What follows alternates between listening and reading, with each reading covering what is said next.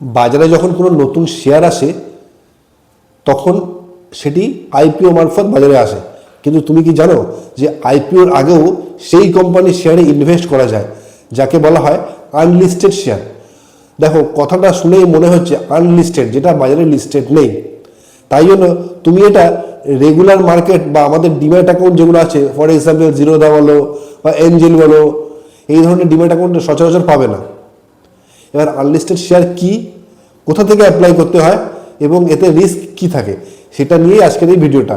এই ভিডিওটা পুরোপুরি এডুকেশনাল, এর সঙ্গে কোনো বাই সেলের রেকমেন্ডেশন নেই। প্রথমে বলি যে আনলিস্টেড শেয়ার কি। যেমনভাবে বললাম, যেটা বাজারে লিস্ট নেই তাকেই বলা হয় আনলিস্টেড শেয়ার। এবার আনলিস্টেড শেয়ারে লোকে কেন ইনভেস্ট করবে? দেখো, যদি কেউ আইপিওতে ইনভেস্ট করে, ধরে নাও আইপিও আসছে বাজারে 800 টাকা এবং মোটামুটি খবর আছে যে বাজারে এটা 1000 টাকা লিস্ট হবে, তারপরে 200 টাকা তার লিস্টিং গেইন থাকবে। কিন্তু সেই শেয়ারই যদি আনলিস্টেড বাজার থেকে কেনা হয় তখন হয়তো দাম রয়েছে 500 টাকা, এবং যদি লিস্টিং হয় 1000 টাকা, তাহলে তার 500 টাকা তোমার গেইন আছে। অর্থাৎ এখানে বলা যেতে পারে যে লিস্টিং গেইনটা অনেকটা বেশি পাওয়া যেতে পারে। এবার কোথা থেকে কিনবে? আমি যেমনভাবে বললাম, এটা অফ মার্কেটে কেনা হয়, এর সঙ্গে এক্সচেঞ্জের কোনো সম্পর্ক থাকে না। অর্থাৎ আমাদের যেসব রেগুলার অ্যাপসগুলো, সেখান থেকে তুমি এগুলো কিনতে পারবে না। এর জন্য কিছু এনবিএফসি বা কিছু ওয়েলথ ম্যানেজমেন্ট বা পার্টিকুলারলি কোনো ডিলার আছে যাদের থেকে এইসব শেয়ার, আনলিস্টেড শেয়ারগুলো কিনতে হয়। পুরোটাই অফ মার্কেটে হয়, তার ফলে বাজারের ঝুঁকির পরিমাণ কিন্তু বেশি। ঝুঁকিটা কেন?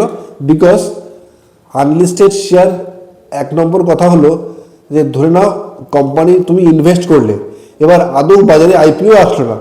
আইপিও আসলো না এই জন্য না যে ইচ্ছা করে বা ফ্রড করেছে, অ্যাকচুয়ালি হয়তো কোম্পানি পরে কিছু ডিসাইড করেছে যে আইপিও লঞ্চ করবে না, তার ফলে পুরো টাকাটা গেল।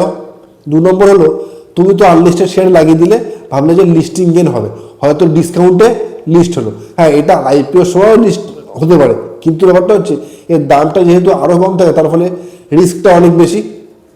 আর 3 নম্বর হলো, এতে প্রচুর মিডলম্যান থাকে, যার ফলে 2 নম্বরইটা খুব বেশি হয়।